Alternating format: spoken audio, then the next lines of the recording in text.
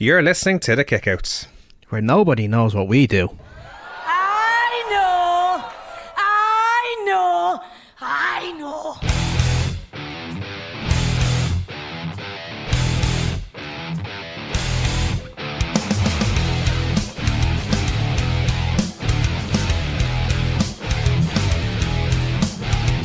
I am the face that runs the place. Long live living. Goodbye and good night.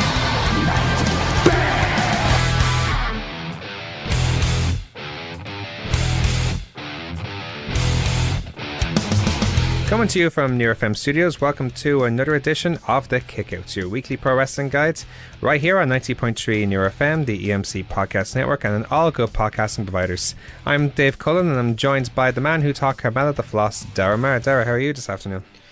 I'm not too bad. I can't take all the credit though for that. That's mostly down on our truth. Are you sure about that? Yeah. Because he seems to be someone who showed Carmella the splits more than the floss. No. It was all down to obviously the game. It didn't originate from the game, but it became more popular because of the game Fortnite. Of course. And I showed my friend R-Truth Fortnite one night, and I showed him the dance, and he loved that dance. Oh yeah. Yeah. Loved that dance. What are you saying? No, he thought we were playing Call of Duty, and he told me it was his bad. That it was but yeah. So he figured out what the floss was because of that, and now he's teaching Carmella. You know. There you go. So so basically, you did teach Carmella then, because you taught R-Truth, you taught Carmella. No, I introduced it to R-Truth. I can't floss. Oh. Yeah. Okay. Yes, okay. I can't floss. But by theory, you showed I can floss my teeth, but I can't do the floss dance. I tried it before as well. It's not the easiest thing in the world. No, it's kind of like your hands practice. go one way, then your hip goes the other. It takes practice, then, yeah. It's like everything. It takes practice. I can do the moonwalk. No, you can't. I can. Because you're not on the moon. We're coming to you from the FM Studios in the beautiful North Dublin village of Coolock. I'll be here. You're thinking of I'll tell you whose moonwalk you're thinking of. You're thinking of who had that silly moonwalk a couple of weeks ago in the Mixed Match Challenge, where Carmella did the moonwalk, and I think the Miz did like an actual moonwalk. Remember that? So you're probably thinking of that moonwalk. No. Probably. No? Probably, you're right. Yeah, I don't watch the Mixed Match Challenge. There's too much to watch. Anyway, we'll be here for the next hour, bringing you all the latest news, results, previews, rumours, and more from the world of professional wrestling. We'll be giving you all the latest news from the world of pro wrestling, both here and abroad. So reviewing the past week's action with our top 10 involving WWE and New Japan Pro Wrestling. I'll be previewing events coming up from the likes of OTT, Courage Wrestling, Phoenix Wrestling, and Mainstage Wrestling. All that to come, but first we're going to start, as always, with the news. I hate to be the bearer of bad news. Also, good news, everyone! We're going to start the news, obviously with something non-wrestling related, but it's such a big story, we kind of have to bring it up, because it's been basically dominating the sports news. Wrestle in it, though. It's a form of wrestling. It's a different type of wrestling. But it's still the word wrestling. Yeah. No much there. Yeah. Well, we have to bring it up anyway. So, following the Conor McGregor Khabib Nurmagomedov nice pronunciation. I'm not even sure if I said that right. Nice pronunciation. Post UFC 229 brawl that resulted in multiple arrests and chaos at the T-Mobile Arena in Las Vegas. Here are some updates following the wild night in Las Vegas. At the post-fight press conference, UFC President Dana White said that the Nevada State Athletic Commission will launch an investigation going into everything and is withholding Nurmagomedov's $2 million purse as they do. McGregor's $3 million purse was not withheld, as the Nevada State Athletic Commission said didn't see any evidence to do so. White was also non-committal in stripping the lightweight title from Khabib until the NAC, as they call themselves, address what they do. The governor of Nevada was here on the night, he said, and went out running of the building, which is not a good sign. 3 members of Khabib's entourage/corner were arrested, but McGregor declined to press charges, so they were released. White did not entertain the possibility of a rematch, as he's unsure what the NAC's stance is, and they've yet to rule on whether Khabib will be able to get a visa or anything, or fight again, much less. And he also said he didn't regret any of the promotion leading up to the fight, nor taking further eternal action against McGregor following the bus incident.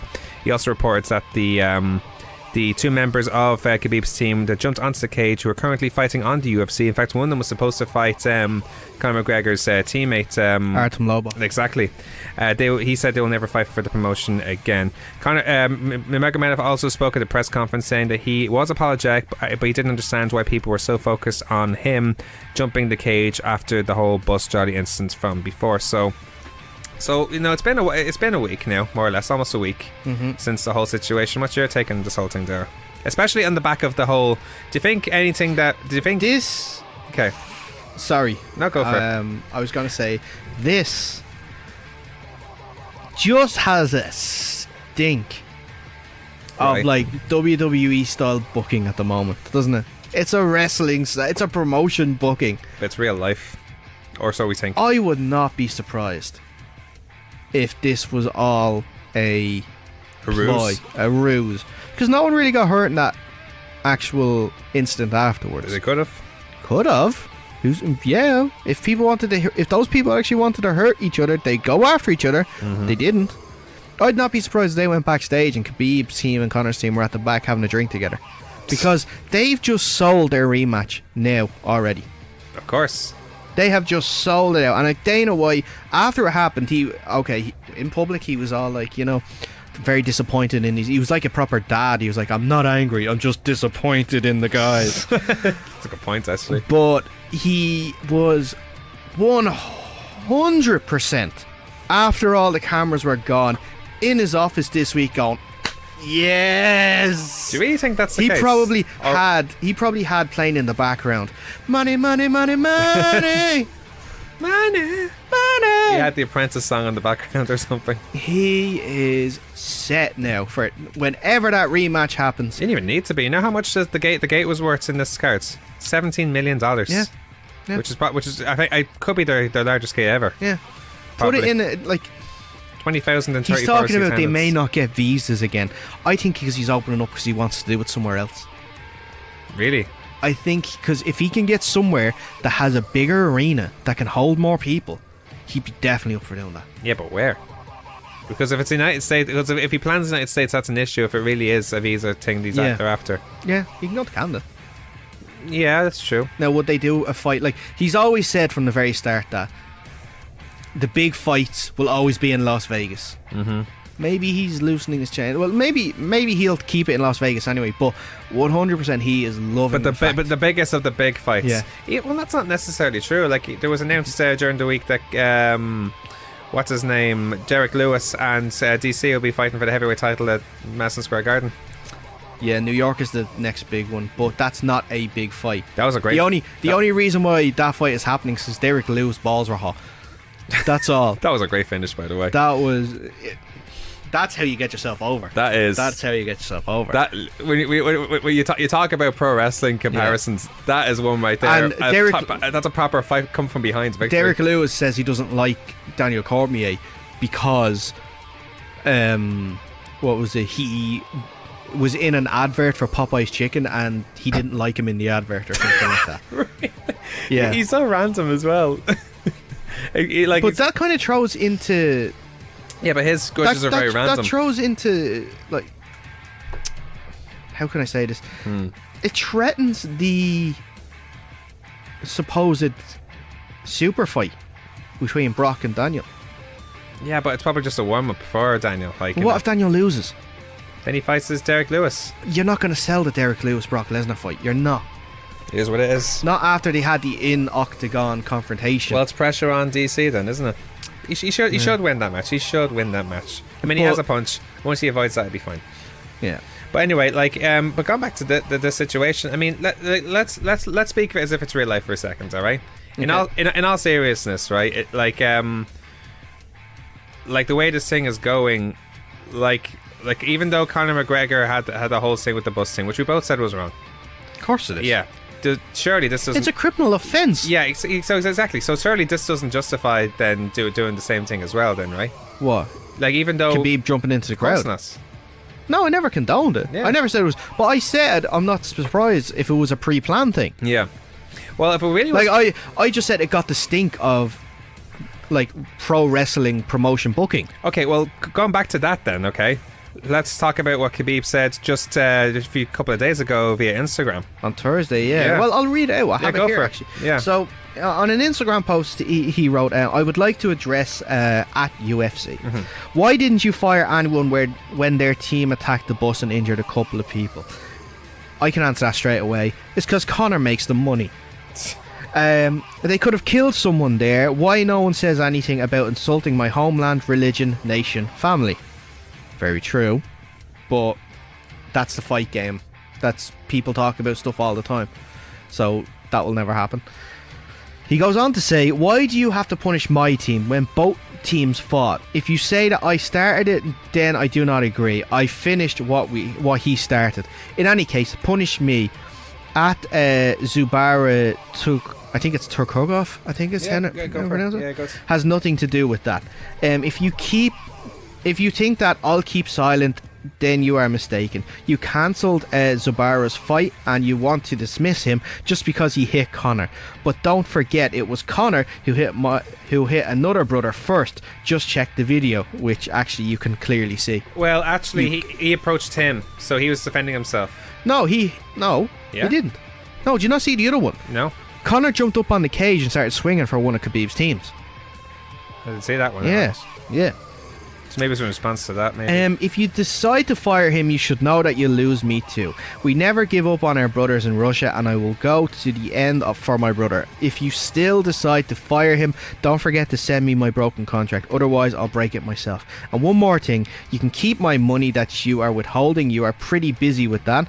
I hope it won't get stuck in your throat. We have defended our honour, and this is the most important thing. We intend to go to the end. Hashtag brothers. I have to see that tape now, because I actually never seen him first strike, because if that's the case, then but at that same time the tape breakdown is the fight finished in one corner, right, as we know, and Conor was sat there and Khabib was throwing his gum shield to the other team, and then he hopped over the cage after it. Then Khabib's team start running into the cage as well. Then Conor starts following Khabib's team. One of the members of Khabib's team gets onto the cage and Conor follows him up on the cage, and Conor starts swinging at him.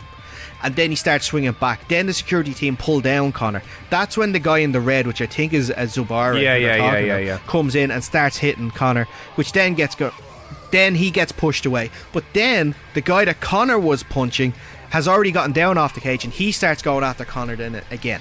Can you understand Khabib's like, he's obviously from a different culture, like, and I'm not because we can easily say look at this and say, well, you know, this is the way Conor is. Like, for example, did you hear John Cavan on Joe Rogan this week?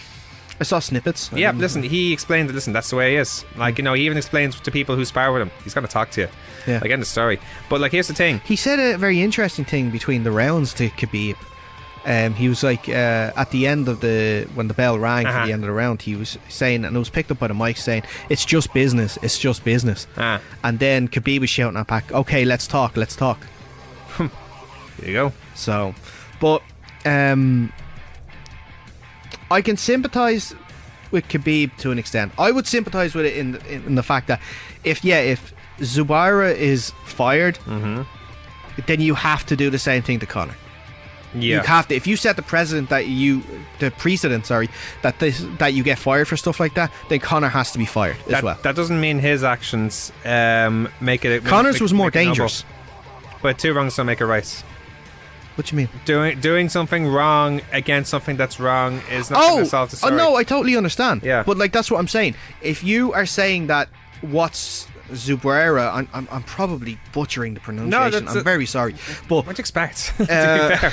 No offense to him. I'm just gonna call him Zuba. Zuba from but could be his nickname. Who knows? Cool, actually. Yeah. If it's not, it should be. What I was trying to explain, if you're firing Zuba for coming into the octagon and taking swings at Conor, right? You have to fire Conor for coming to an event and throwing a dolly through a window. Yeah. And getting glass in people's eyes, causing them to miss fights, losing out on paydays, and putting their careers at risk, not just their lives. We both thought he was going to get fired after that. But no, we both thought he should have. Yeah. He was never going to. There was no way Dana White was going to allow him to go somewhere else like Bellator. Well, let's see. Let's see if he really looks at Khabib in the same way. Should he? I think he's willing to lose Khabib. over Conor. But let's go back to your first points then. This whole thing is just promotes the next fight. Yeah. Well, then in that point, the case is just Well, then he'll probably reinstate him or something. But I don't know. Like, Dana White is in probably the most difficult position he's ever been in as the president of UFC. Because I don't agree with the thing we're saying, like, no one says anything about insulting my homeland, religion, nation, family. I'm sorry, Khabib, you're in the fight game, you're in these press conferences, you know what he's going to do, he's done it for ages. Most fighters do this. It's the way of trying to get into your head. It's part of the mental warfare leading into a fight. He's from a culture that doesn't expect that, though. If he does expect that, you've seen enough videos of Conor McGregor, you've seen enough videos of Muhammad Ali, you've seen enough videos of Mike Tyson. Doesn't mean his culture should accept this. I'm not saying his culture should accept it, but it's not something to try and get Conor in trouble over. If you don't like it, that's fine. Use that as motivation in your fight, which he probably did. He did, and he killed him. It was a one-sided fight, more or less. I didn't see it. I saw highlights of the fight. I saw that Conor had one round, and this is the one thing I hate about this as well, and it's one thing that I hate about, like, Conor McGregor fans in general. Yeah. It's like Conor McGregor won the third round, I think, or something against Khabib, and it's like, Conor's the first ever guy to win a round against Khabib. Did you see that? Did you see? Yeah, but what about the other 3 rounds where he got his arse handed to him and that second round was a 10-8. You know? Yeah. You didn't say anything about that. It was no, right? No, right? He lost. Yeah. He lost. Stop trying to find the positive in that, like, so you can just continue to say that Conor McGregor is the best fighter ever. See, that alone just makes me think, even though if this whole thing is all for promotion for the fight, well be it, but honestly, after a fight like that, when that's the most decisive loss of his career. But see, this is the thing, people aren't going to remember that fight now. They're not going to remember the fight. They're going to remember the fight after the fight. Yeah, true. That's a good point. Anyway, we'll move on because we've gone on for a bit long. We'll continue on with back to pro wrestling. I almost said actual wrestling. After all that, to pro wrestling news. No, it's me. The Intercontinental title match will be the headline for this year's Power Struggle, where Chris Jericho will defend the Intercontinental title against Evil. The two had stare downs at one another before, but Jericho took it to a new level at King of Pro Wrestling, where he jumped Evil when he went to face Zack Sabre Jr. in a singles match. Jericho, who was wearing a Druid outfit, attacked Evil when he was entering the ring and left him lying bad enough to the match was ruled a forfeit. A never open weight title match has also been announced, where new champion Tai Chi will defend against Will Ospreay, who scored a big win over him at King of Pro Wrestling and intends to capitalize on his momentum by taking Tai Chi's title. Other matches announced include Tetsuya Naito facing Zack Sabre Jr. in a special singles match, Kazuchika Okada and Jay White facing off in a tag match, and another tag team match pitting Hiroshi Tanahashi and David Finlay against the Golden Lovers, and also the finals of this year's Super Junior Tag League 2018 will also be determined. So it's a pretty stacked card, isn't it? And it seems like they're now slowly but surely getting going that way towards Wrestle Kingdom now. It was actually announced this week as well that it'll definitely be Omega and Tanahashi now main events. Oh yeah? Yeah. It's not, so he's not going to defend that anymore. I think like once that? they do it twice, which I think he has, then if he defends it against Okada, he defends it against White, and that's it now. So really? I think he only gets to defend it twice. Oh, okay. Good. So that'll be a good match. I wonder though, are you going to turn Omega heel for that? That's a good point, actually. Yeah. See, with the whole thing with the Bullet Club OGs, I doubt it. Like he's the main man for the elites right now. Yeah. So I'd be a face. Like, when was the last time they had a face versus face match for New Japan? Unless they made Omega. Like last time, Tanahashi. Well, last time Tanahashi was. I guess you could say Naito and Okada. Naito and Okada. Yeah. Yeah. Well, Naito and Tanahashi and Okada had face versus face matches before, I think. So I don't know. Yeah. I think it's not uncommon. You know, I've gotten into this thing, like, anytime I hear Evil spoken about, or I always think in my head, like, there was the SpongeBob episode. SpongeBob? Yeah, where Mermaid Man just goes, Evil! I think I have it here, actually. You want me to play it? If you want. Yeah, let's just see. Hold on, let me get the mic close to this here. Alright. This is very professional. No, you're trying to... You can't retire. There's evil afoot.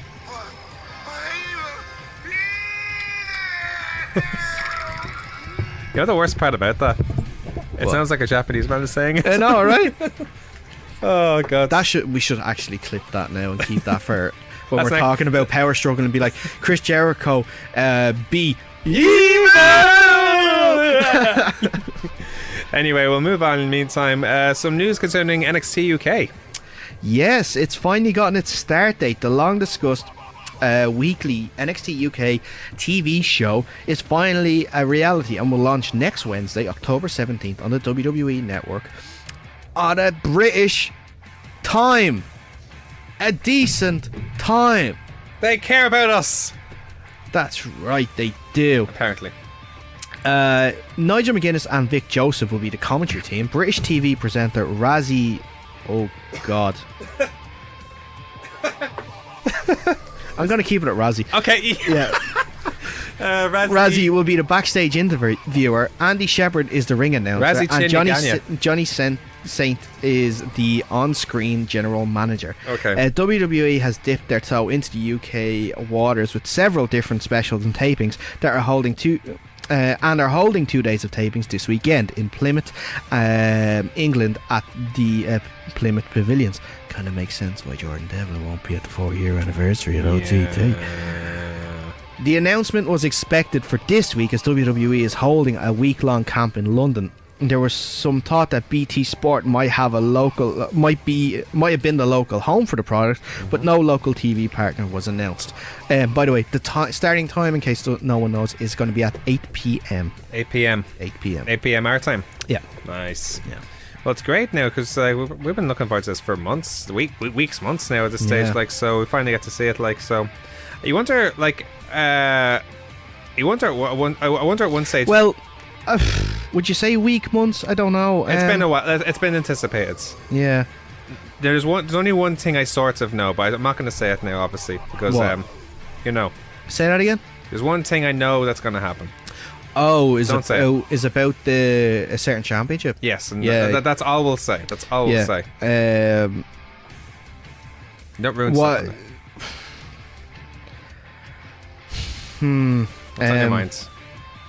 I think that's just there was a great tweet that I saw Right. earlier on in relation to the announcement of this.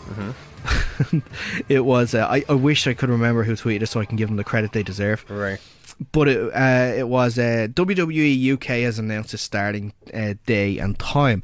Congratulations, WWE. Now your show is only going to be watched by podcasters and gift makers. I remember you telling me that. Well, And that is so accurate. It- I think, no, maybe not for the first couple of weeks, but I think gradually, people will just turn off to it. The Mayan Classics now are at the quarterfinals. Yeah, still haven't watched the full show yet. I I don't like pre-tape stuff because I know it's already happening and I can't get involved. Have you ruined it on yourself? Yeah. Yeah, Well then, fair enough. yeah. It's still worth watching, though, isn't it? Especially with some of the wrestlers involved. I'll probably get it to next week because it's the quarterfinal stage. Yeah. So I'll get more involved then and watch it. But how many stuff is WWE? Let's see. There's 1, 2, 3, 4, 5, 6, and this will be the 7th thing they do. There's just too much. The Magnificent 7. There's too much. Come on now. Well, let me. Come on now. The let me think of another word instead of magnificent. Get out of that now. The Magnificent Seven. No, you're right. It isn't. I agree with you. It's not even Nificent. It's not even Nificent. It's not even Nificent. It's not even Nificent. Show title. Yes. Oh god. Well, no, but this one you'd want to watch, certainly for us, because a lot of the wrestlers we've seen in the indie scene for a while, like especially like Jordan Devlin or obviously Pete Dunne and British Strong lads and stuff like that. So yeah, like I can't wait. Yeah. So it should be awesome. So anyway, that's all our news. Let's move on now to our previews of the week. What? Look at what we have here, folks. Speaking of local scene, tonight's the night. OTT 4-year anniversary happening at the National Stadium in Dublin. There's so many good matches. It's not even fun anymore. Yeah. All right, let's see what we have. So we have the Angel Cruisers with a mystery partner to take on the Gymnasties. I just realised. Obviously, we're part of the Low Blows Prediction League at the moment. No, I knew you were going to bring this up. I'm top, by the way. Yeah, congratulations. Yeah, I'm top at the moment. But we both picked mystery partners Yeah. who are involved with WWE UK this weekend, and we'll probably not be there. Yeah, but because it's only... You picked I picked Joe Coffey. and I picked Tyler Bay. Someone picked Electro, which I think would be the best. That would be class. That would be class. Someone picked Logan Bryce. Someone picked Logan Bryce. I saw that. Someone picked. It's like it's so obvious who you think it's going to be, though. I think Who? it's going to be members of Team P. Rick.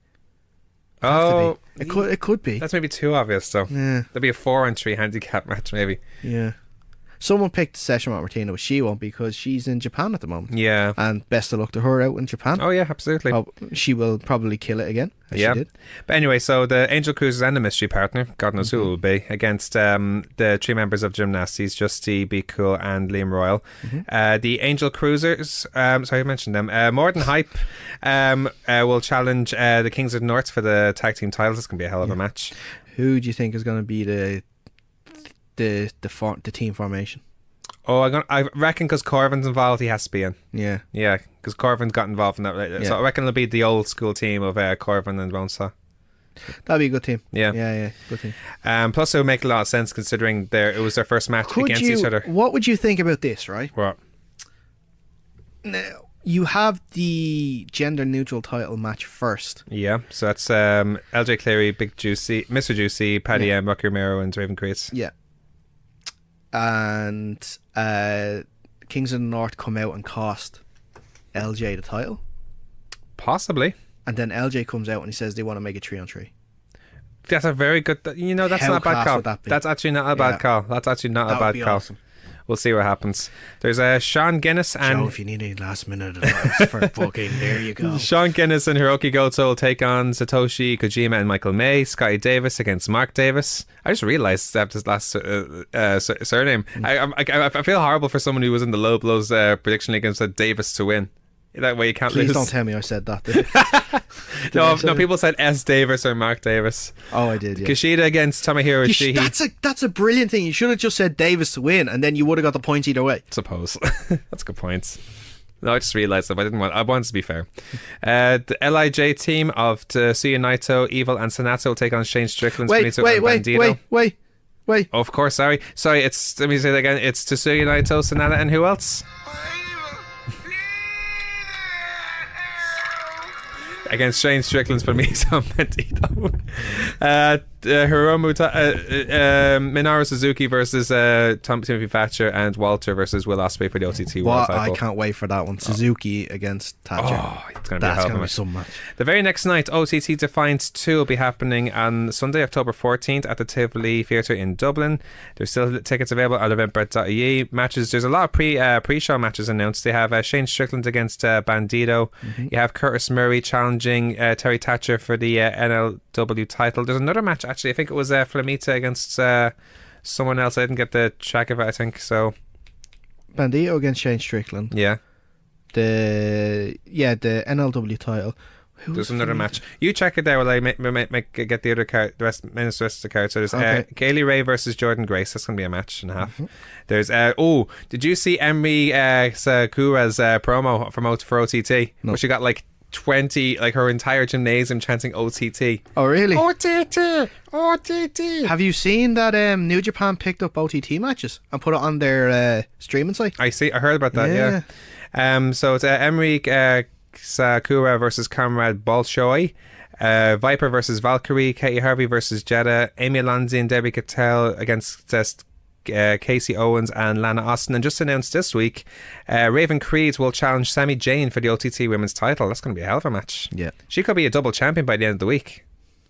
She could be, she could be neutral gender and women's champion by the end of the week. So OTT then next week will be having their live show at the Wexford Spiegel tent. It's an all ages show. Tickets are available at Wexford Spiegel tent at ticketsolve.com. Match announced include Charlie Sterling versus Jordan Devon. Then you have Debbie Cattell, Sean Guinness, Scotty Davis, Curtis Murray, Darren Carney, LJ Cleary all set to appear. Now, the following week, Flamita against Sean Guinness. Yes, thank you. Now, in 2 weeks' time, on Friday, October 26th, is actually a huge night for Irish wrestling. First of all, here in Dublin at the Rights venue in Swords will be the debut show of Courage Wrestling. Yeah. There's tickets available at eventbrite.ie. A lot of matches announced so far. Of course. Also, do not forget, we announced it on Friday. You still have a chance to enter our Twitter competition to win 2 free tickets to that show on October 26th.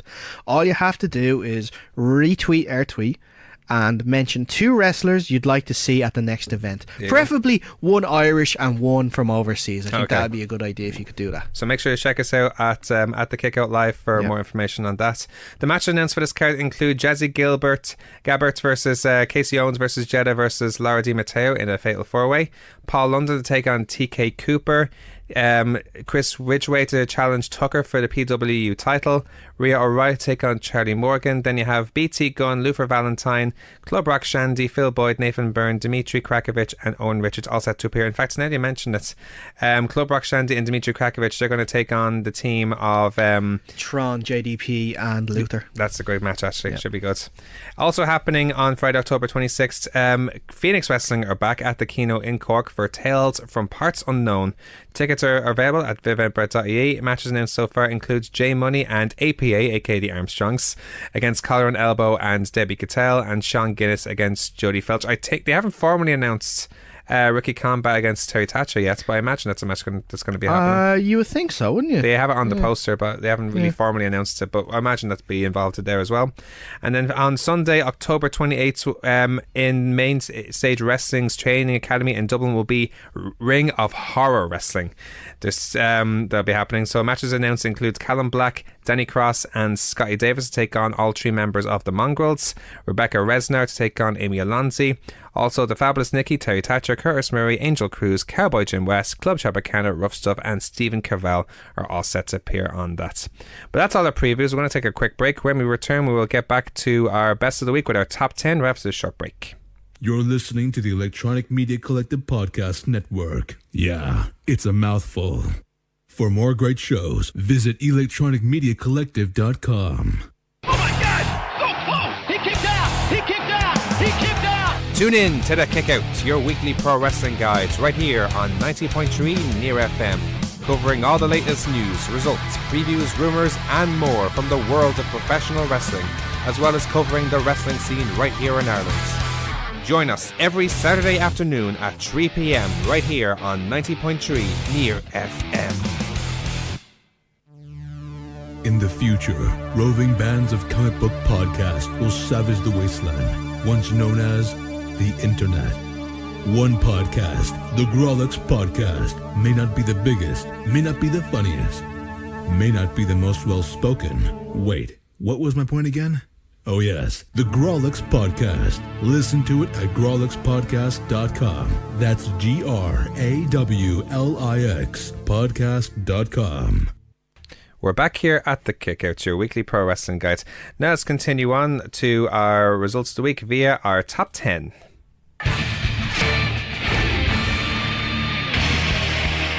We had to keep the top 10 after last week. It was just, it's the best way to go, isn't it?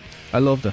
Right, so what we do is we just narrow what we think are the best 10 moments of the week in all wrestling, not just WWE, but we've also picked a few moments from New Japan as well. So here we go. Yeah. So in at number 10, the WWE World Cup. Now, this has got underway now just on the back of Super Showdown, where they had qualifying matches on both Raw and SmackDown. They had Kurt Angle being Conquistador, which I thought was class. Yep. Making a show of just chilling out outside the ring as well, which was cool. Yeah, as well. And he can move. I was concerned if he was really able to move well as a wrestler anymore, but by God, he was flipping and doing the whole 9 yards over there, literally. Oh yeah. So I made a show of Baron Corbin, which I think could open up the storyline between him and Baron Corbin now going to Survivor Team Series. Angle probably versus Team Corbin. Yeah. He also had Joe, who's still sore after the AJ loss, going down to Jeff Hardy. John Cena qualified because he was John Cena, and then Randy Orton showing amazing strength against the Big Show. Randy Orton, is he suddenly like Super Orton now, or is Big Show, because he lost some weight, no longer the largest athlete in the world? Well, Braun Strowman is sort of overtaking him. Like they're almost the same size now. He was throwing Big Show around. Pretty much. You know, he's throwing him around. What's going on It's with like that? it's like the reversing tides And I where thought Big Show was meant to be on Raw. that's a good point. What's actually. with all these people having these like free agent contracts where they can go wherever they want? That's 4 now, isn't it? 3. Oh, the Bellas, Cena, Brie Bella, and the Big Show now. Yeah. It's madness. Ah. There you go. But yeah, this World Cup now, which is going to be happening, the final match is going to be at the which Crown is Jewel. mostly all Americans. How does that work? So it's not. Oh, that's right. Because Americans don't believe there actually is anything outside of America, so they are the world. Got it. Yeah. Well, so far it's Americans. Yeah, figured it. Well, you know what? There's going to be a match next week between Rey Mysterio and Shinsuke Nakamura. So, is Rey Mysterio more Mexican than American? Sorry. So is Rey Mysterio more Mexican than American? He was born in Mexico, so therefore he qualifies so as Mexico. he's Mexico, yeah. So there you go. Against Japan. Yeah. So at least there's something there. But yeah. All to I say, think Finn's going to be involved in it as well. yes. Isn't he? Yeah, Come on, so bring it home. Bring it back for Ireland. at least we'll win a World Cup or something. Well, we almost won it in hockey. Remember that during the Oh summer? yeah, we got to the final. Yeah. Yeah, so of course the World Cup, the final will be at the Crown Jewel over in Saudi Arabia, coming up very shortly, which apparently you've discovered is come under a bit of controversy lately. Yes, it's come under a lot of controversy. Yeah. No, we do. A lot of people have called for the for WWE to pull out of Saudi Arabia with their deal. I just have the news report here because it all stems down to the disappearance and reported murder of a journalist over in Saudi Arabia. So the journalist's name is Jamal Khashoggi.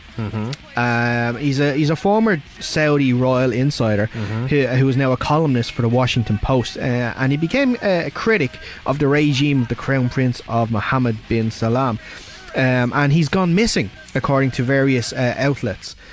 He's been missing for a week, and Turkish officials believe that he was killed by the consulate, I should say, by a Saudi hit squad that and the US has acquired a conversation of Saudi officials scheming to luring him into the consulate.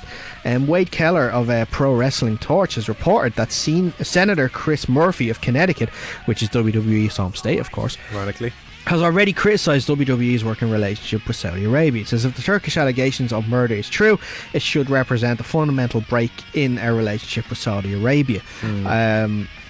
So it's a very, very concerning news. It is. A Turkish source says we know that when Jamal was killed, in which room he was killed, and where the body was taken to be dismembered. If the forensic team were allowed in, they know exactly where to go. Now there's CCTV footage released as well. Of this suspected Saudi hit squad arriving in Turkey, them leaving the hotel, them in a van, where in the same building where Jamal was. It's a very concerning story, and it Saudi Arabia has been in the news because it is obviously a deep Islamic country that still does public executions as well for people who go against the religion, and for people who speak out against the Crown Prince in this way as well. Obviously they have they're killing people who do that too. So it's a very, very concerning story. It's obviously it's nothing new when it comes to Saudi Arabia. This is one of the main reasons why there was so much concern with WWE's announcement of having a close working relationship with the Saudi government, the Saudi Sport Institute or something they were calling themselves. But this is another story that's being dragged in now as well for someone that actually worked with a newspaper in America that has been killed. Did WWE even know about this? Surely they should have known something about all this, because they do, but now, money talks louder than murder, obviously. Oh, I see. You know. So at the end of the day, once they get paid, I imagine, is that it? I think it's pretty much that. Yeah. We'll have to see what happens with the Unfortunately, which is a horrible thing to say. We'll move on that note, because it's a very because it's a bit of a downer. But unfortunately, that is the world we are seeing. We'll go back to Australia for number 9. Yeah, we're going back to Australia for number 9. It's this one of the matches involved in the Super Showdown. Yes. And it seems to be the end of a feud, which is the AJ Styles and Samoa Joe match for the WWE title. It didn't happen in the way I predicted it would, in terms of I thought it could have been a double turn. Really? You know, I predicted it last week on the show. I still think you're mad thinking that, like, so. I just thought it was set up for it, but I was wrong, so... You know? Yeah, but no, I think for me, like, it was almost justification in the way, and like to have him give up like that as well, especially with his injured knee, like, so. And all the personal back talk, like, it was karma in the end. It almost felt like, and he gave up. So for me, it was a good ending. So, and now it's an exciting. Now there's him facing Daniel Bryan now, AJ and Daniel Bryan, which is a very appealing match. It's just like I said, I was never a real fan of the main storyline of this rivalry. So to have it finished, I'm kind of okay with. Yeah. For him to move on, but the match delivered. So let's not take that away from the.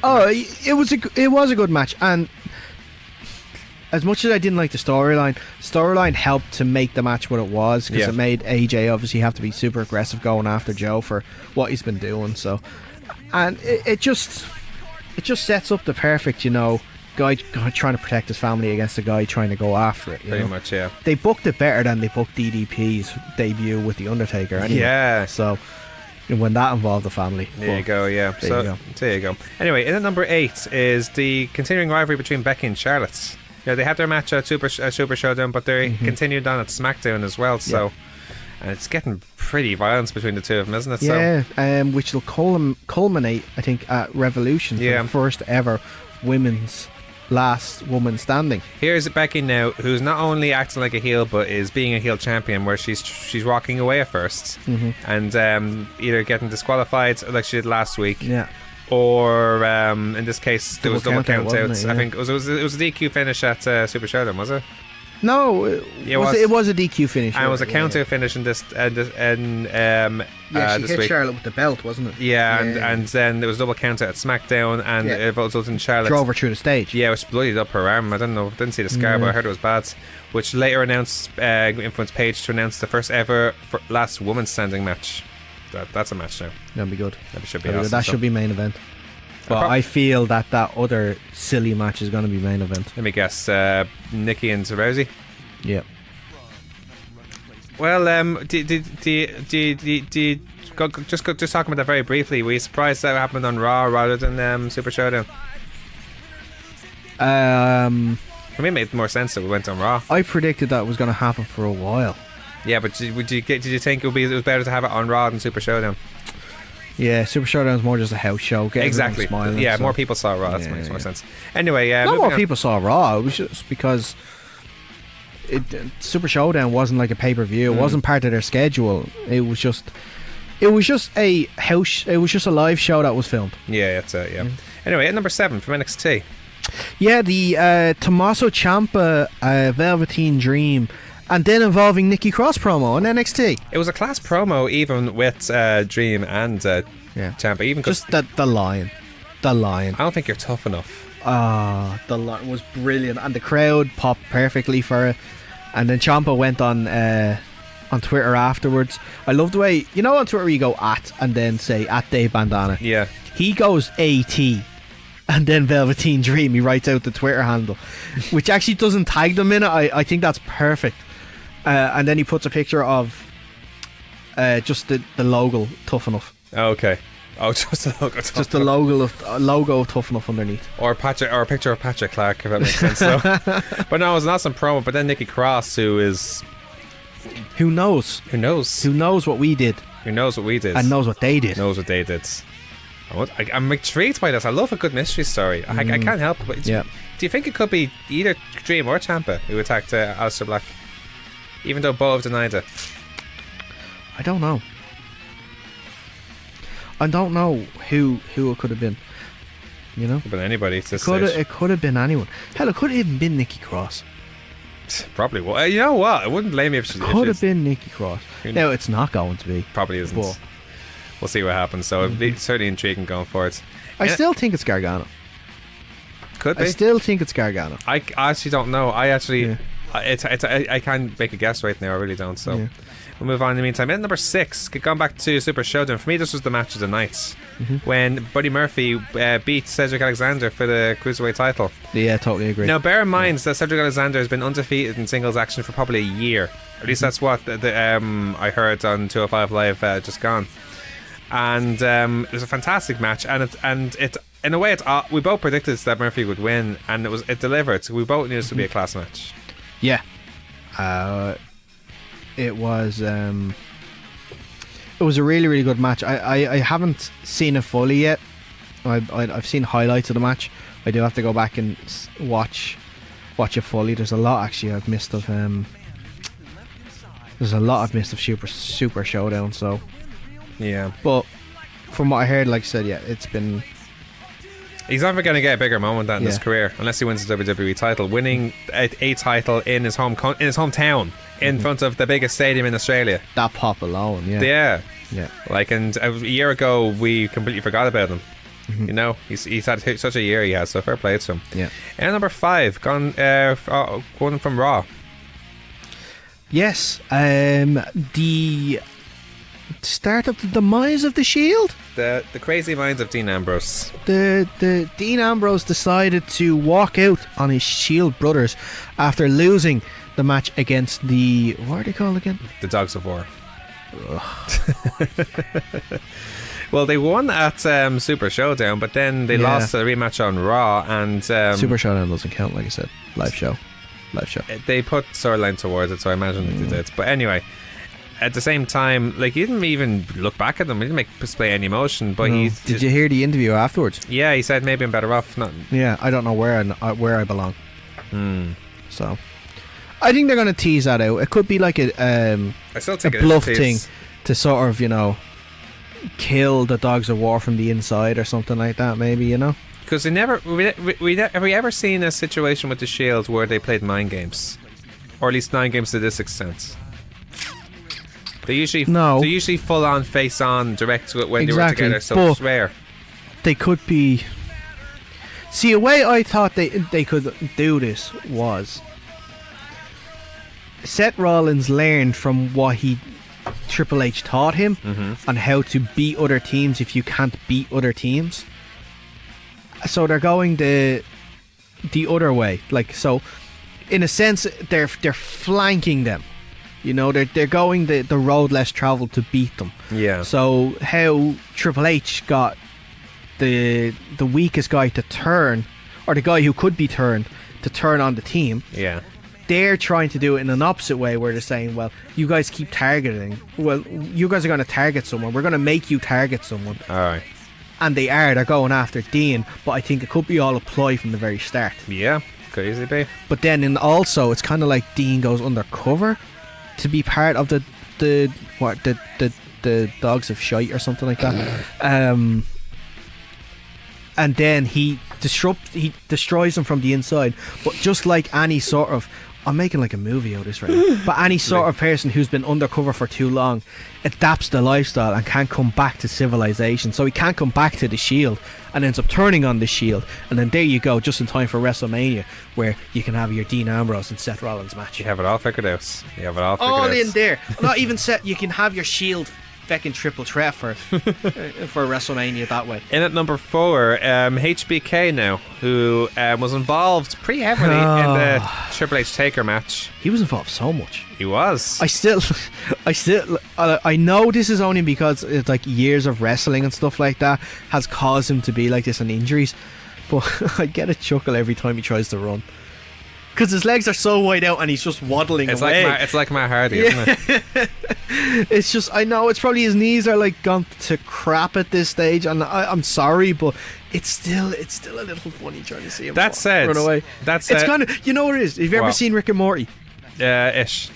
Have you ever seen the episode where it's Officer Baby Legs? No, I haven't, sorry. Oh, the next ad break we do, I'm going to show you Officer Baby Legs, and you're going to watch it, and you're going to be like, that's definitely Shawn Michaels. Going back to the match, so obviously Triple H beat The Undertaker, but there was, and we thought, that's the end of it, it definitely has time, but no, they attacked each other, and then they had the fantastic segments on Raw, where, which is for me, like, you know, it was between this and the champion and Dream thing, but this is like, you know, because it's like officially almost puts Shawn Michaels out of retirement now. So Yeah.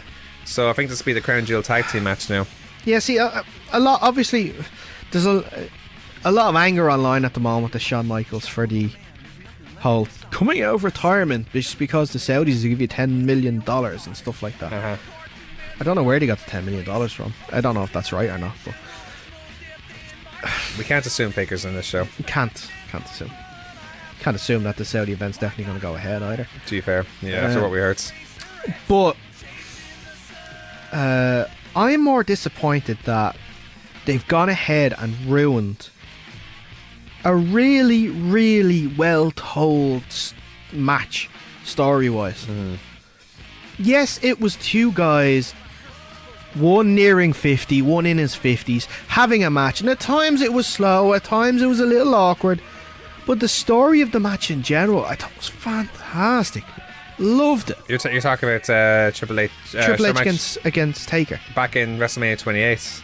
No, this This match, sorry. on Saturday. Okay, and it was perfect. And Exactly. and they could have left it there, but no, they had to attack. Exactly. Now I don't get how, like they were trying to put, because let's be real here. Triple H and The Undertaker have had a lot of matches over the years, Of course. but No, that's the thing. There's but no they reason put they this should wrestle Super it. Showdown match on the same level as their WrestleMania matches, They shouldn't. which I don't know why. That makes no sense either. I agree with you there.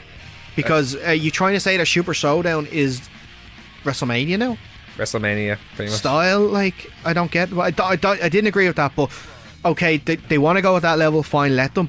But Triple H has finally done it after 4 attempts. You Because can don't forget tell- they fought at a WrestleMania before years ago. I can't remember. I think it was WrestleMania 18. WrestleMania 17, sorry. 17, yeah. Which Taker won as well. Yeah. At the 4th attempt, he's finally done it, and the emotion from Triple H afterwards, Oh, yeah. like he's finally done it. He's finally conquered him, and you think that's perfect. And they're finally done. Like for the last time ever, which they kept shoving down your throat as well the whole time. Last time. Last It's time not ever, the last time. ever, We're last still time going ever, to do it last time again. ever. But like, the story was told so well in it, and I enjoyed that so much about it. That's what kept me so interested in the match. But then they had to go and ruin it. By attacking, and now there's a new thing going on. They had to go and ruin it by booking this match just because it's in Saudi Arabia. Well, I'll tell you what. You say, well, like it was such a perfect story. The promo was so good, especially the way Shawn Michaels explains why he's coming out of retirement, because of the fact that, you know, he did it out of respect to The Undertaker, because he kept his word, and now he doesn't respect that word, or that he doesn't feel the respect from. Why should he suffer from that anymore? Yeah, I know, but I don't know about you. It could have been just from the long flight.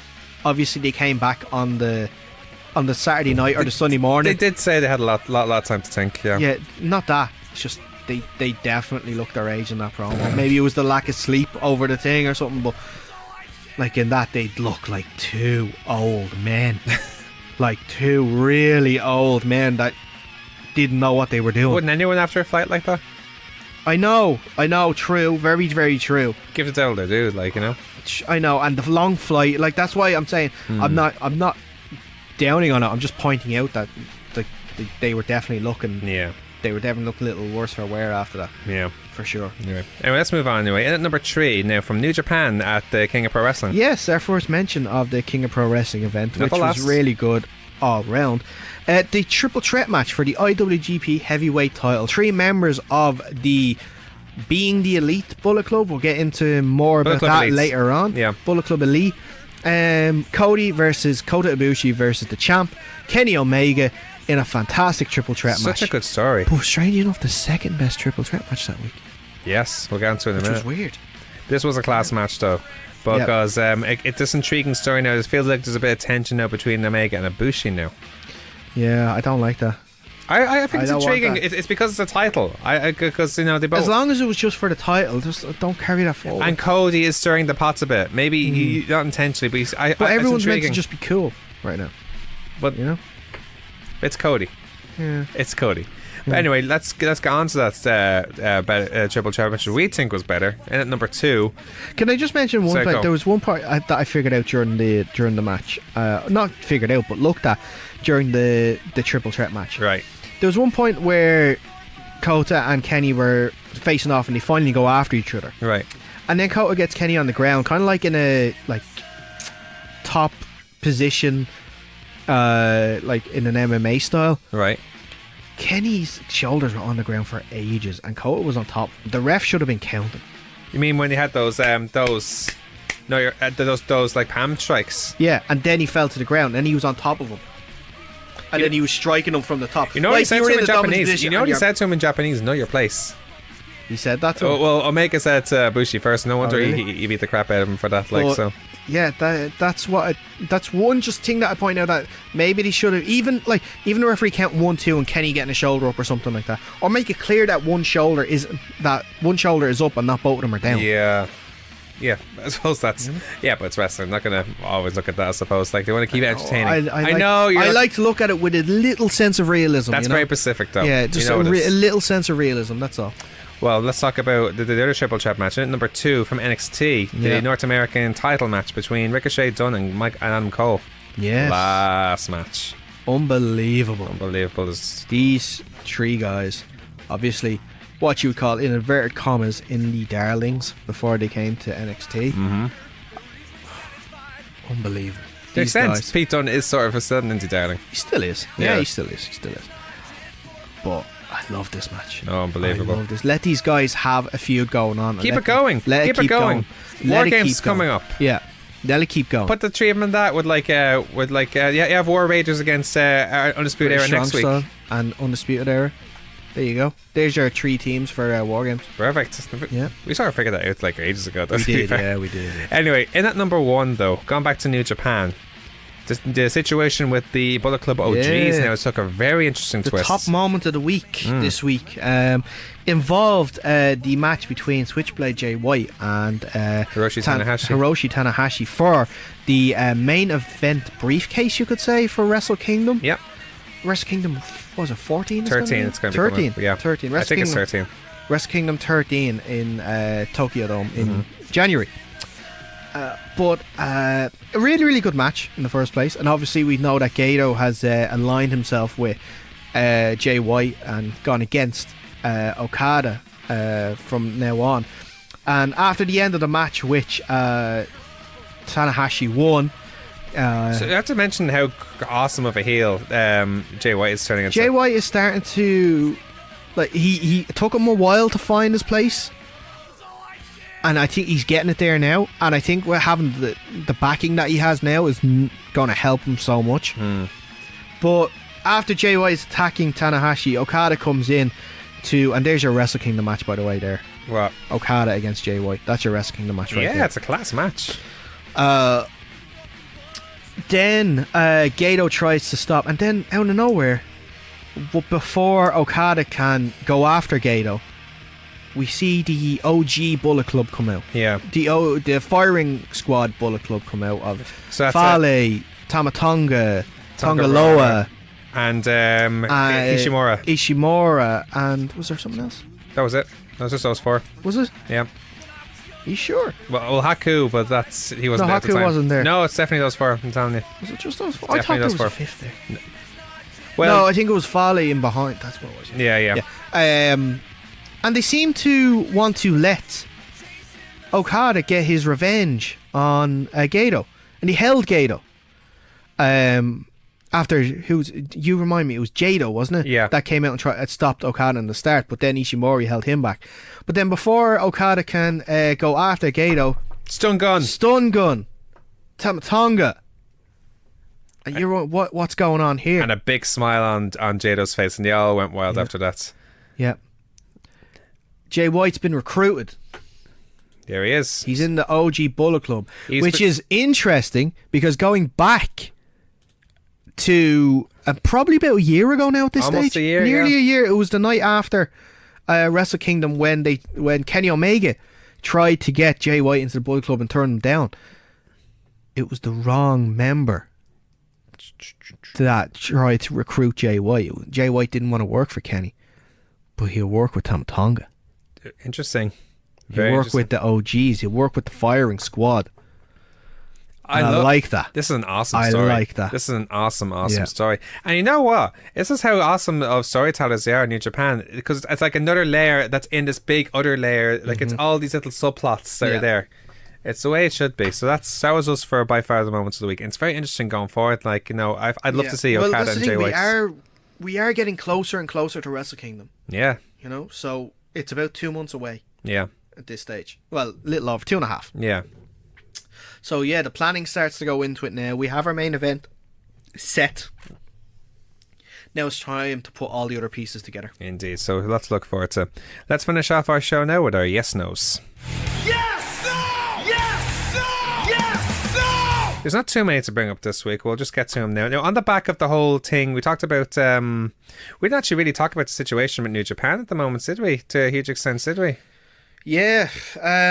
Let's just talk about it very briefly, just to give an idea. Like, you know. Yeah. There was a report by Dave Meltzer, Right. about the supposed unhappiness of certain wrestlers who work for New Japan. Will I read out what was said? We'll just make it as brief as possible because we're running out of time. Okay. So sorry. So as we're aware now, New Japan is going in a new direction. New management. Under the stewardship of Howard Mage. I think it's a Dutch name. I don't know how He's they from pronounce Holland. it. He's from Holland. Yeah. And general manager Michael Craven, who's an English guy. Yeah. And it's believed that the direction that these guys are taking New Japan in is not sitting right with the performers because neither of them have a wrestling background. Craven was a tech business director for 20 and has lived in Japan for 20 years. He's been involved in developing many of the top senior level technology executives in Asia. The initial reaction is that the report is that he's as well as the international expansion, he's also head of talent relations. So he's kind of getting up close and personal with wrestlers on a daily, weekly basis. All right. And the initial reaction was that the feeling is that he talks down to wrestlers and made strange comments, and they know he has no background in wrestling, which is a very unique industry, of course. Now, as a result of all this, these stars now who were very loyal to New Japan or sort of in between are now reconsidering their positions right now. Yeah, another person noted that the team has gotten off to a rough start with. And that all the wrestlers, both Japanese and American, are talking about how they feel like they're seen as workers in a factory assembly line, right, as opposed to high-level athletes or entertainers. The excitement that so many had working there has taken a hit. It's really bad. Now, these are all Dave Meltzer quotes, so sorry, by the way. It's really bad. It's a really bad time with that the goal of international expansion and that fun versus WWE money was key to a lot of people. But if you lower the fun aspect, that changes the equation. And basically, we're coming in on the single most important and interesting contract season since New Japan started garnering interest and with some international growth. There are some people who in the past who have never even considered WWE, right, who are thinking about it, and others who have completely committed to staying, who are probably still leaning that way, but are considering WWE as an option. So it's very interesting, especially like we've seen with the Being the Elite videos with the time going down like 2 months or whatever. That's their contract. It's very interesting. Okay, so going forward. So I was going to bring up just one wrestler regards to this. Going to bring up the whole. I'm going to broaden this question a bit. Members of the Bullet Club to join WWE within the next year. Specifically, let's say Kenny Omega and Hangman Page and the Young Bucks right now. I'd say Hangman, yes. Okay. Hangman would. I think he would go to WWE. I'm not sure Kenny would do it, or Bucks. I think maybe the Bucks, but not Kenny. I think Kenny's still in a bit of limbo. But if you defend your title successfully or go into Wrestle Kingdom as a champion, what more can you do then? There. I suppose you're right there. You know, what more can you do there? The Bucks, if they can get a contract and have the schedule their way and have the money coming in their way, and WWE were to agree with it, I could see them going there. No, we'll see what happens. Yeah. Gone to Evolution coming up. Michelle McCool to appear. Yes. Might as well. All the it's like the Women's Royal Rumble gone, where some faces are bound to appear. Like Sasha Banks to not appear. I've heard she's going through mental stress or something.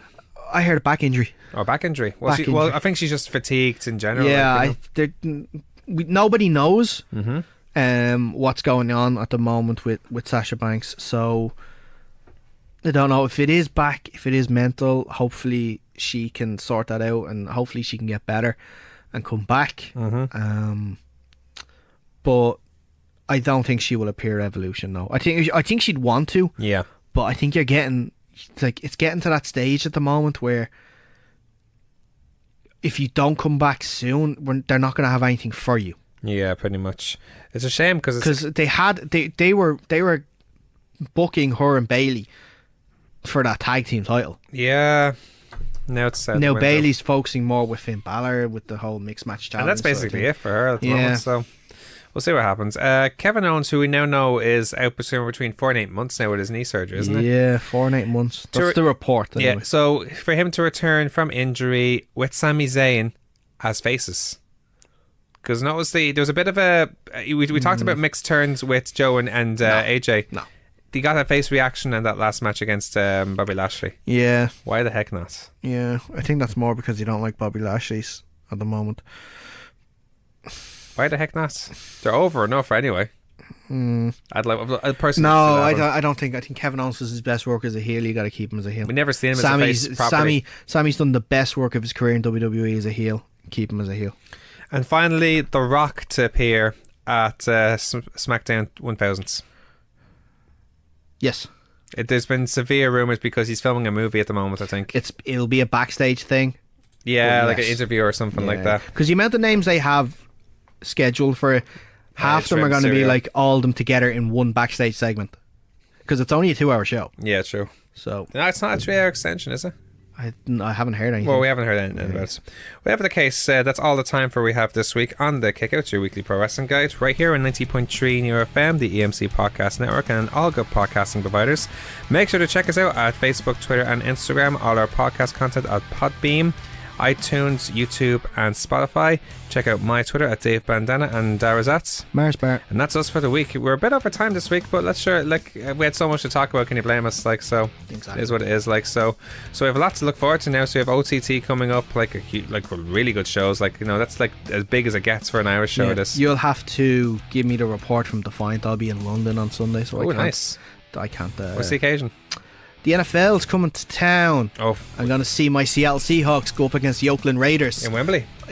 On Sunday. Yeah, so travelling over for the day, coming back on Monday. Awesome stuff. Anyway, we'll be back with all details. Maybe a story from your events in London if you like them all. Talk a bit about OTT. We'll probably do an extra thing on OTT anyway for next week's show as well. But until then, I've been Dave Cullen. He's been Daragh Maher. This has been the Kickouts, your weekly pro wrestling guide. Thank you so much for listening. Stay sound.